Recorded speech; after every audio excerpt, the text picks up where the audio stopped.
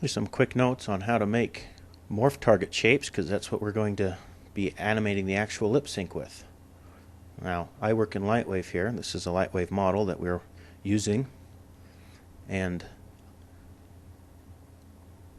this model has the capability to have several morph targets with it.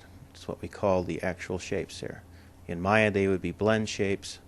In Animation Master they would just be poses. So let's go to a full screen here and change that to wireframe shaded. And a couple of quick ideas here on how to make good morph target shapes. For example, if we were making an ah shape, remember that areas around the cheek will stretch less and less as they work their way up.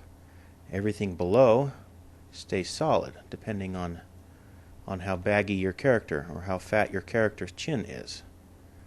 So it is helpful to always be able to check your base model with the morph target that you're moving with.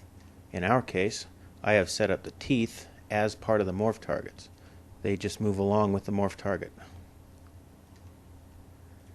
Sneer only affects everything above the jaw, and it always pulls the lips out slightly and distorts the nose.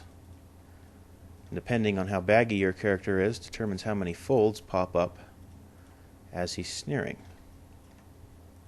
The smile, since I have a wrinkle built into the model, the wrinkle pulls itself out further. Also, while you're smiling, the edge of the mouth pulls itself underneath while the cheek bulges up and around to accommodate all that mass that's moving. So it's always helpful to check against the base mesh if you can. You can do this in Wings or in Maya or in any number of freeware programs. You can even do this in Animation Master if you're creating blend shapes for Messiah. Now, Messiah accepts each individual blend shape as a separate model. And so the cleanup version of this, I will be applying these morphs to the main base mesh and exporting them as a separate model file.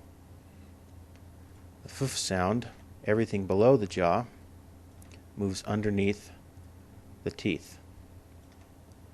The eye blinks, only the upper part of the eyelid actually move, and because of the way we want to make it fold, areas around the edge of the eye here towards the end get pulled less and less as they move.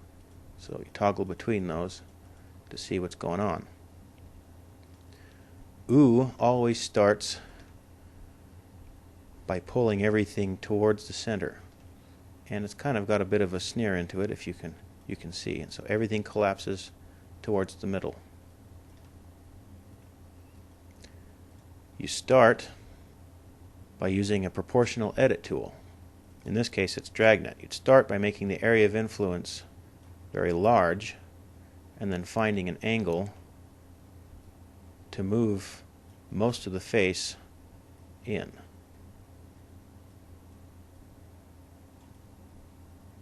Then you'd make the area of influence smaller to tweak. And always remember to move various other parts of the mesh in smaller and smaller increments away, so it looks like it's actually moving skin instead of just being a section around here that just moves a little. It makes it look more organic if everything farther around the area of the mouth is also moving. You can see this in many movies like Ice Age and Finding Nemo.